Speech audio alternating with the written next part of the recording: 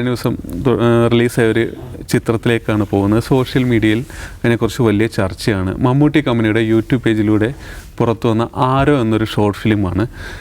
ഇത് സംവിധാനം ചെയ്തിരിക്കുന്നത് സംവിധായകൻ രഞ്ജിത്താണ്. ഇതിൽ അഭിനയിച്ചിരിക്കുന്ന സംവിധായകനായ ശ്യാമപ്രസാദും മഞ്ജു വാര്യരുമാണ്. ഈ സിനിമ പുറത്തു വന്നത് മുതൽ സോഷ്യൽ മീഡിയയിൽ വലിയ വിമർശനങ്ങളും ട്രോളുകളുമൊക്കെ വരുന്നുണ്ട്. രഞ്ജിത്ത് ഇപ്പോഴും ഈ 90കളിൽ നിന്ന് രഞ്ജിത്തിന് മറ്റൊരു സബ്ജക്റ്റിലേക്ക് എത്തിപ്പെടാൻ കഴിയുന്നില്ല, അല്ലെങ്കിൽ രഞ്ജിത്തിൻ്റെ ഒരു ഭാവനയൊക്കെ ഇന്നത്തെ ഒരു പുതിയ കാലത്തിലേക്ക് എത്താൻ പറ്റുന്നില്ല എന്നും, അതോടൊപ്പം തന്നെ അതിലെ മഞ്ജു വാര്യരെ ചിത്രീകരിച്ചിരിക്കുന്ന രീതിയിലേക്ക് കടുത്ത വിമർശനങ്ങളും ട്രോളുകളുമാണ് വരുന്നത്. ഇതിലേക്കാണ് അജിംസെ ആരോ കണ്ടിരുന്നു, എന്താണ് കണ്ടപ്പോൾ തോന്നിയത്? സോഷ്യൽ മീഡിയയിൽ വരുന്ന വിമർശനങ്ങൾ ശ്രദ്ധിച്ചിരുന്നു? ഞാൻ ആരോ ആദ്യം കാണുകയല്ലേ, അത് ആദ്യം റിവ്യൂ ആക്കി ചെയ്തത്. ഇങ്ങനൊരു സാധനം ഇറങ്ങേണ്ടതെന്ന് ഞാൻ അറിഞ്ഞില്ല. ഞാൻ ഇപ്പോൾ ഫേസ്ബുക്കിൽ കുറേ അധികം നല്ല രസമുള്ള റിവ്യൂകൾ കണ്ടു. അതിൽ എനിക്ക് ക്ലിക്ക് ചെയ്ത റിവ്യൂ എന്താണെന്ന് വെച്ചാൽ, എൻ്റെ ഒരു സുഹൃത്തു കൂടിയായ പ്രതാപ് ജോസഫ്, അദ്ദേഹം ഒരു ഡയറക്ടർ കൂടിയാണ്. IFFKയുടെ സഞ്ചിയിൽ നിന്ന് മദ്യക്കുപ്പി എടുത്ത് കഴിക്കുന്നു. ആ മദ്യത്തിൻ്റെ ലഹരിയിൽ രാവിലെ ഒരു സ്ത്രീ വീട്ടിലേക്ക് വരുന്നതായി അദ്ദേഹത്തിന് തോന്നുന്നു. പിന്നീട് തിരിഞ്ഞു നോക്കുമ്പോൾ കസേര ഒഴിഞ്ഞു കിടക്കുന്നു. ഇത്ര മനോഹരമായി സ്വയം ട്രോളാൻ രഞ്ജിത്തിനല്ലാതെ മറ്റാരും കഴിയില്ല എന്ന് പറയുന്നത് വളരെ 3 വരെയുള്ള റിവ്യൂ ആണ്. അത് കണ്ടിട്ടാണ് ഞാൻ ഈ സാധനം കണ്ടുപോയത്. പ്രതാപിൻ്റെ ആ റിവ്യൂ വളരെ കറക്റ്റായിട്ടാണ് എനിക്ക് തോന്നിയത്, വളരെ കൃത്യമാണ്. അതിനപ്പുറം അതിലെന്താണെന്ന് ചോദിച്ചു കഴിഞ്ഞാൽ, ഇപ്പോൾ VR സുധീഷിൻ്റെ ഒരു വളരെ ചെറിയൊരു കഥയാണിത് ആക്കിയിടുന്നത്. വിപര്യം എന്ന് മറ്റു പറയുന്നൊരു കഥയാണ്. ആ കഥ തന്നെ ഇത് തന്നെയാണ്, വ്യത്യാസമൊന്നുമില്ല. കഥ വായിക്കുന്ന ഒരാൾക്ക് ഈ ചിത്രം കാണുമ്പോൾ അതിൽ വ്യത്യാസമൊന്നുമില്ല. രണ്ടുപേരുടെയും ഭാവുകത്വം ഒന്ന് തന്നെയാണ്. VR സുധീഷിൻ്റെയും രഞ്ജിത്തിൻ്റെയും ഭാവുകത്വം ഒന്ന് തന്നെയാണ്, നമുക്ക് മനസ്സിലാവും.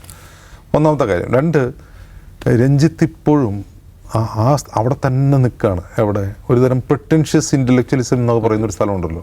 അതായത് എഴുത്തുകാരനാണെങ്കിൽ ജുബ്ബ ഇടണം, മദ്യപിക്കണം, മദ്യക്കുപ്പികളുടെ നടുവിൽ കിടന്ന് ഉറങ്ങണം, അപ്പോൾ കുളിക്കരുത്, പല്ല് തേക്കരുത്.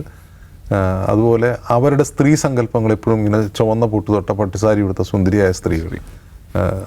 അങ്ങനെ ആ ഒരു ഭാവുത്വത്തിൽ നിന്ന് അദ്ദേഹം പുറത്ത് കിടന്നിട്ടില്ല എന്ന് തന്നെയാണ് നമുക്ക് മനസ്സിലാവുന്നത്. നമുക്കറിയാം രഞ്ജിത്തിൻ്റെ സിനിമകളിൽ അത്തരം ഒരുപാട് ഇമേജറികൾ നമ്മൾ ധാരാളമായി കണ്ടിട്ടുണ്ട്. അതിൻ്റെ വേറൊരു ലൈറ്റ്, ഒരു പ്രോമാക്സ് വേഷനാണ് അനൂപ് മേനോൻ. അനൂപ് മേനോൻ രഞ്ജിത്ത് ഒരേ സ്കൂളിൽ പഠിച്ചിറങ്ങിയ സിനിമാക്കാരാണെന്ന് നമുക്ക് പലപ്പോഴും തോന്നിപ്പോവും. ഈ വാക്കുകളുടെ അതിപ്രസരം, ഡയലോഗുകളിലെ ഈ പറയുന്ന ബുദ്ധിജീവി നാട്യം, അതാണ് ഏറ്റവും പ്രധാനം.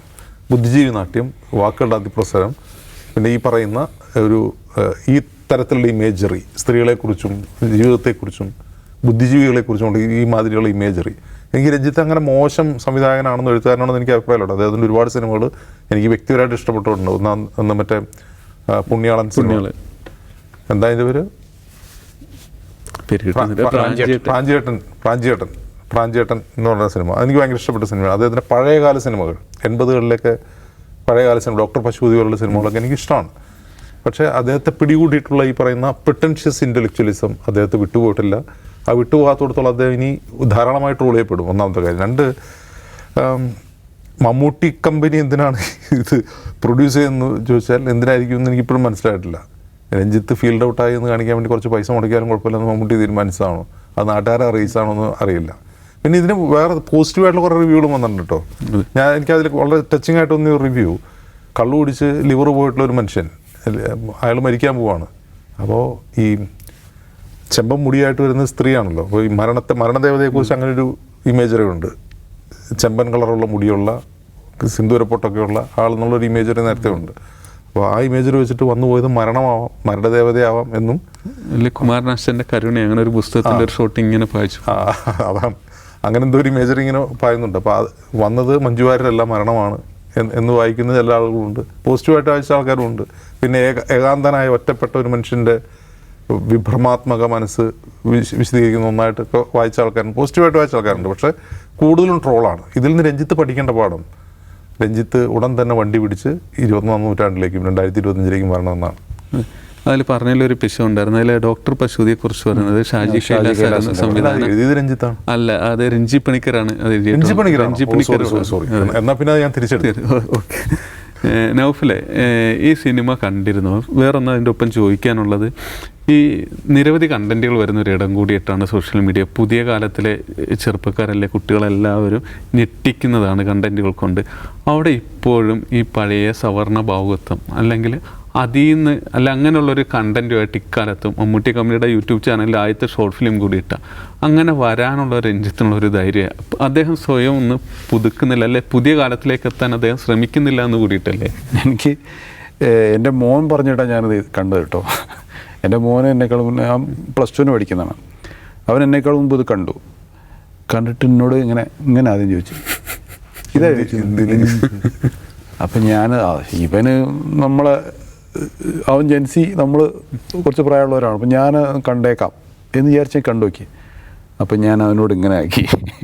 കാരണം വെച്ചാൽ വേണമെങ്കിൽ നമുക്ക് പറയാം ഒരു ചെറുകഥ പോലെ ഇങ്ങനെ വായിച്ചു തീർക്കുന്ന ഒരു ചെറുകഥ പോലെ എന്നൊക്കെ നമുക്ക് വേണമെങ്കിൽ പറയാം. പക്ഷേ അജിൻസ് സൂചിപ്പിച്ച പോലെ ഈ പറയുന്ന അതിഭാവുകത്വവും എന്താ പറയുക കുറേ ഇമാജിനറി ഒക്കെ വെച്ചിട്ടുള്ള എന്തോ കാട്ടിക്കൂട്ടലായിട്ടാണ് എനിക്ക് തോന്നിയത്. ആർക്കും ചെയ്യാവുന്ന ഒരു സംഭവമായിട്ടാണ് എനിക്ക് തോന്നിയത്. പക്ഷേ സിഗേഷ് പറഞ്ഞതാണ് അതിൻ്റെ പോയിന്റ്. ഈ കാലത്തെ കുട്ടികളിങ്ങനെ ഈവൻ ഒരു വിവാഹ വീഡിയോ നിർമ്മിക്കുന്ന പിള്ളേർ വരെ അവരവരുടെ ക്രിയേറ്റിവിറ്റി അതിൽ അപ്ലൈ ചെയ്തിട്ട് നമ്മളെ ഞെട്ടിക്കുന്നുണ്ട്. അങ്ങനെയുള്ള കുട്ടികൾ വലിയ സിനിമ റിയലിസ്റ്റിക് ആയിട്ടുള്ള ഒരുപാട് സിനിമകൾ എടുത്തിട്ട് നമ്മളെ ഞെട്ടിച്ചുകൊണ്ടിരിക്കുകയാണ്. ആ സമയത്താണ് ഇങ്ങനെ ഒരു സാധനം വരുന്നത് എന്നുള്ളതാണ്. ഈ സമയം ഈ ടൈമിങ് തീരെ ശരിയായിട്ടില്ല. അപ്പം ആ നിലക്ക് നോക്കുമ്പോൾ നമുക്ക് എന്താ പറയുക, നമ്മൾ പഴയകാല സിനിമ, ഇപ്പോൾ രഞ്ജിത്തിൻ്റെ തന്നെ പഴയകാല സിനിമകളെക്കുറിച്ചൊക്കെ നമ്മൾ ഈ കാലത്ത് നമ്മൾ വല്ലാതെ ഇപ്പം പുതിയ രണ്ടാമത് പുതിയ ക്വാളിറ്റിയിലൊക്കെ ഇറങ്ങുന്നുണ്ടല്ലോ. അപ്പോൾ ഈവൻ രാവണപ്രഭു അടക്കം നമുക്കിപ്പോൾ അതിന് വേറെ കുറേ അതിന് പൊളിറ്റിക്സൊക്കെ പോയാലും നമുക്ക് ആസ്വദിക്കാൻ പറ്റുന്നുണ്ടല്ലോ. അങ്ങനത്തെ സിനിമകൾ നമ്മൾ ഭൂതകാല കുടിരിൽ നമ്മൾ ഇരിക്കുന്നുണ്ട്. പക്ഷേ അപ്പോഴും ഇത്തരം ഒരു സാധനം ഈ കാലത്ത് വരുമ്പോൾ ഉണ്ടാകുന്നൊരു പ്രശ്നമുണ്ടല്ലോ, അതാണ് അതിൻ്റെ പ്രശ്നം.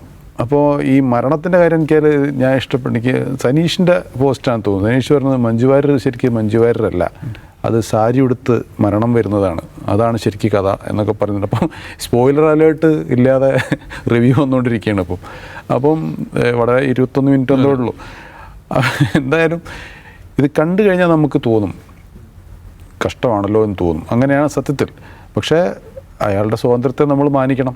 അദ്ദേഹത്തിൻ്റെതായ ഭാവനയും എല്ലാം വെച്ചിട്ട് ഒരു സിനിമ എടുക്കാനും ഷോർട്ട് ഫിലിം എടുക്കാൻ ഇപ്പോഴും സ്വാതന്ത്ര്യമുണ്ട്. അതിനെ അംഗീകരിച്ചുകൊണ്ട് തന്നെ വിമർശിക്കാനുള്ള സ്വാതന്ത്ര്യം നമുക്കുണ്ടെന്ന് അംഗീകരിക്കുക. അപ്പോൾ എൻ്റെ മോൻ ചോദിച്ച പോലെ ചോദിക്കാനുണ്ട്.